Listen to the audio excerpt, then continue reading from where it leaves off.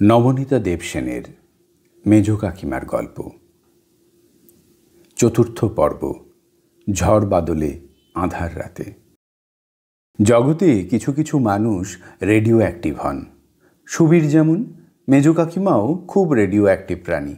24 ঘন্টা রেডিও শুনতে ভালোবাসেন। চিরটা কাল। গ্রামোফোন, হ্যাঁ তা মন্দ কি, তবে রেডিওর মতন নয়। ওই রেকর্ড লাগাও রে, পিন লাগাও রে, ওসব 50টা ঝঞ্ঝাট নেই রেডিওর। চাবি ঘোরাও আর গান শোনো। শুধুই কি গান, সংবাদ, আবহাওয়ার খবর, ধর্ম আলোচনা, নাটক, যাত্রা কি নেই। রেডিও একখানা ঘরে থাকলে আর ঘরে মানুষ লাগে না। মেজ কাকিমা ঘুমিয়ে থাকলেও রেডিওর চলা চাই। 6টা থেকে 11টা পর্যন্ত অক্লান্ত রেডিও চালক মেজ কাকিমা। কখনো ক, কখনো খ, কখনো বিবিধ ভারতী, কখনো ঢাকা চাবি ঘুরিয়ে দিব্যি এদিক সেদিক শোনেন। প্রায়ই শুনি ইংরেজি ঝিনচাক বাদ্যি বাজছে রেডিওয়, আর মেজ কাকিমা তাকিয়া মাথায় ফুর ফুর নাক ডাকিয়ে ঘুমোচ্ছেন, রেডিওটি মাথার কাছে নিয়ে। যখন থেকে ট্রানজিস্টার চালু হয়েছে, গায়ে গঞ্জের রাখাল বালকরা শুনেছি একটি করে ট্রানজিস্টার হাতে ঝুলিয়ে গরু চড়াতে যায়। আর মেজ কাকিমাও ট্রানজিস্টারটি সমেত রান্নাঘর, স্নানের ঘর সর্বত্রই বিচরণ করে। সর্বভূতে আকাশবাণীর সাহচর্য মেজ কাকিমার পক্ষে অত্যাবশ্যক। তিনি রেডিওর অত্যাগ সহন সঙ্গী এবং রেডিওর মতিবুদ্ধি মতোই তিনি জীবনযাপন করেন। সেদিন বাড়িতে ঢুকেই দেখি মেজ কাকিমা দরজা জানালা বন্ধ করছেন। ভারী সুন্দর একটা হালকা ফুরফুরে মিষ্টি বাতাস বইছিল। এরকম বাতাসকেই বোধহয় মলয় পবন বলে। আমি মেজ কাকিমাকে বারণ করি দরজা জানালা বন্ধ করতে। এত সুন্দর হাওয়াটা বন্ধ করে দেবার কোনো মানেই হয় না। গম্ভীর মেজ কাকিমা বললেন, এখন মিষ্টি হলে কি হবে, ও যে প্রচণ্ড লোকসান নিয়ে আসছে বাবা। মানে মানে প্রচণ্ড ঝঞ্ঝাবত্তা নিয়ে আসছে। তুমিও বাড়ি চলে যাও, আর এখানে থেকো না। যাবো মানে, এই তো এলুম।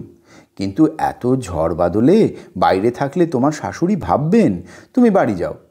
কোথায় ঝড় বাদল, শুকনো তো। আসছে, ভয়ঙ্কর ঝড় আসছে। মোটেই আসছে না, বাইরে পরিষ্কার আকাশ, খটখটে। আমি তো এই এলুম বাইরে থেকে। রেডিওতে বলেছে, সতর্কবাণী দিয়েছে, তুমি জানবে কোত্থেকে? তোমরা তো রেডিও শুনবে না।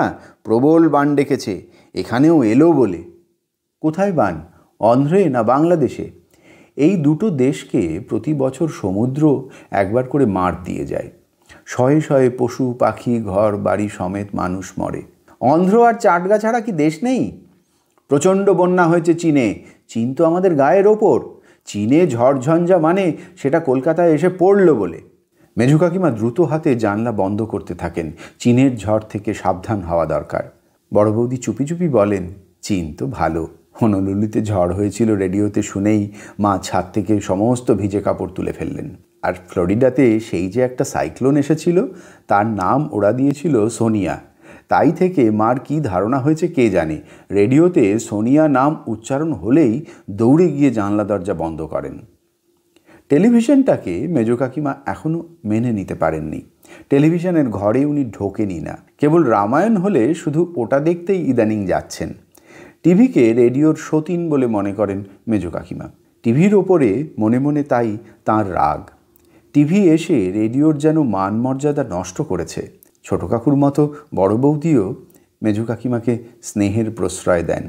তার সব অযৌক্তিক কাণ্ড কারখানাই মেনে নেন আর হাসেন।